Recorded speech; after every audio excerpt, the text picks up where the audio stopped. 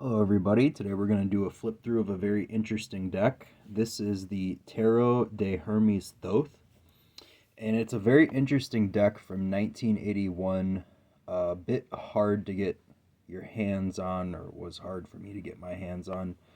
And what makes this deck interesting is that it comes from a company named Ganesha, or Ganesh editions, which doesn't really have that many printings of tarot. But as I was inspecting the deck, on the flap here, it mentions Samuel Aun Weor, who is a pretty prolific occult writer, and I'm going to zoom in here so you guys can see. And he wrote all sorts of stuff on Kabbalah, esotericism, and I believe he lived in South America. So he was an occult writer that lived in South America, and I'm going to guess that this is his tarot deck. But what makes this even more interesting is that it's actually French Canadian. It was printed in Quebec. So his organization is pretty vast and wide, and the people that follow him are pretty diehard. I've yet to read any of his books, but without further ado, let's get to the deck. So this has a really heavy Egyptian influence, and I can appreciate that because it's something that I don't really know much about, and I really want to know more. So we have the cube of space here. Obviously, it's going to stick with traditional tarot imagery, but it's going to put a spin on the images because of the heavy Egyptian influence in it.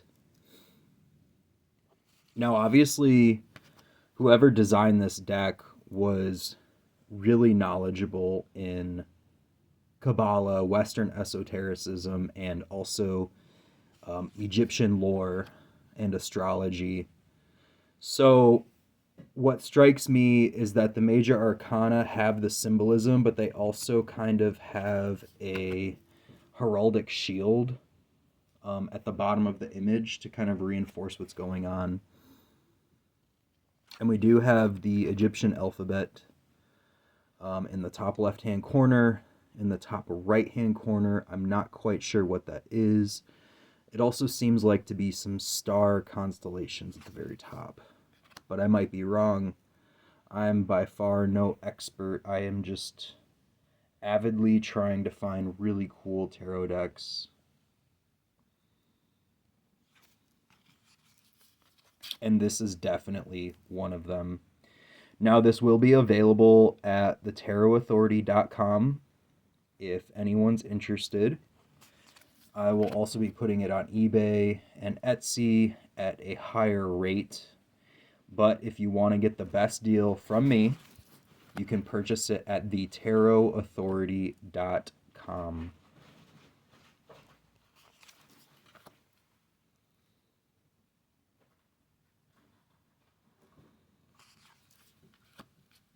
Now, the more that I look at this, I don't think that they're star constellations. I think there's some type of sigil at the top. So excuse me.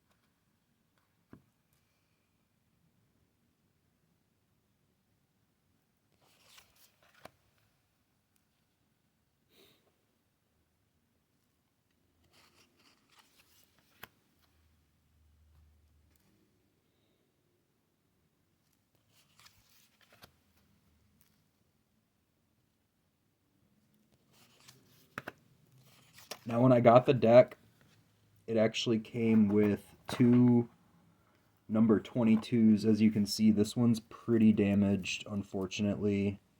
It's get the brightness back going over here. Let's get the brightness up. Yeah, number 22 got replaced. Fortunately, there's another one in the pack. So if you are interested in making this purchase, do not worry. The deck comes with two 22 cards. One of them is quite damaged, but there's one that's in a fairly mint condition. Again, I really wish that I knew more about this deck so I could give you commentary, but I just don't. It's just as much of a mystery to me as it may be to you.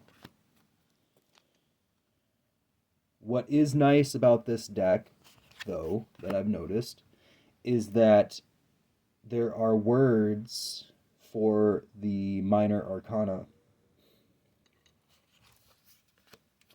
It kind of seems to move away from the zodiacal signs and more into just the planetary assignments as well. I'm curious to see what the B3, C3, etc. is about. I may do a deep dive into this deck once the video's over, or I may not. I might stick with what I'm comfortable with what I know, what I understand. Who knows? I would say that this deck is not for the beginner, simply because of the symbolism, the depth of what's going on.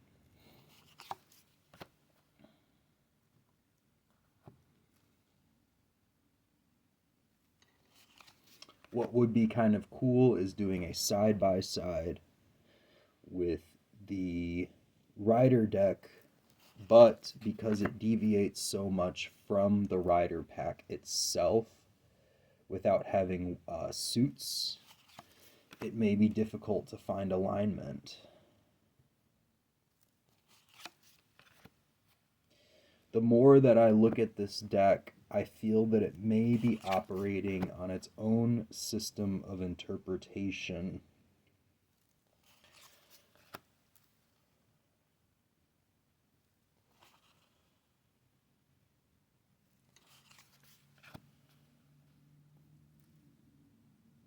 Due to its layout, the lack of suits,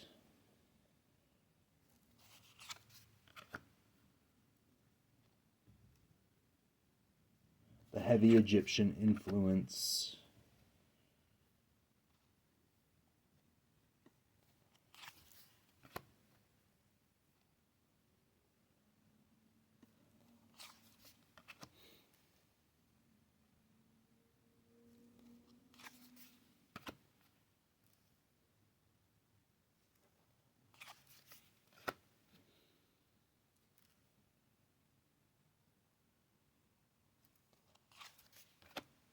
this deck is in great shape for being an opened copy from 1981. All of the other copies that I have seen on the internet are all open as well, which leads me to believe that this deck may have been sold without plastic, which is fine because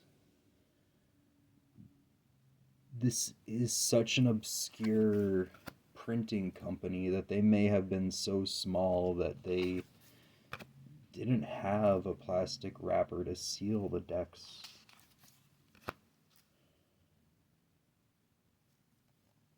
Nonetheless, this deck is very cool.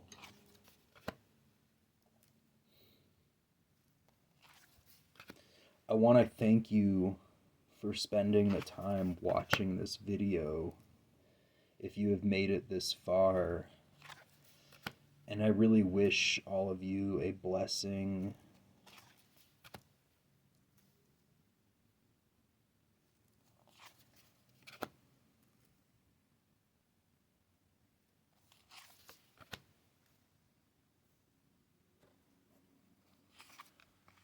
Excuse me.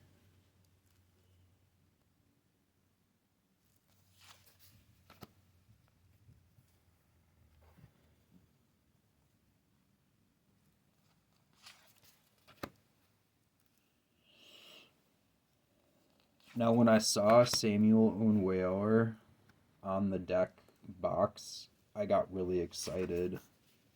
I knew this was going to be special.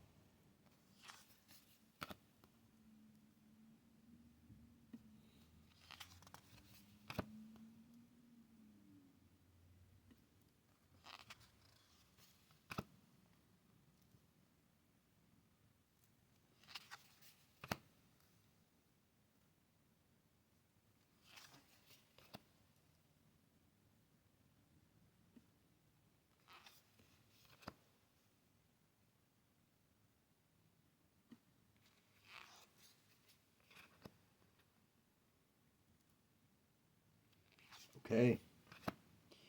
That is Tarot de Hermes Thoth by Ganesh Editions. Thank you.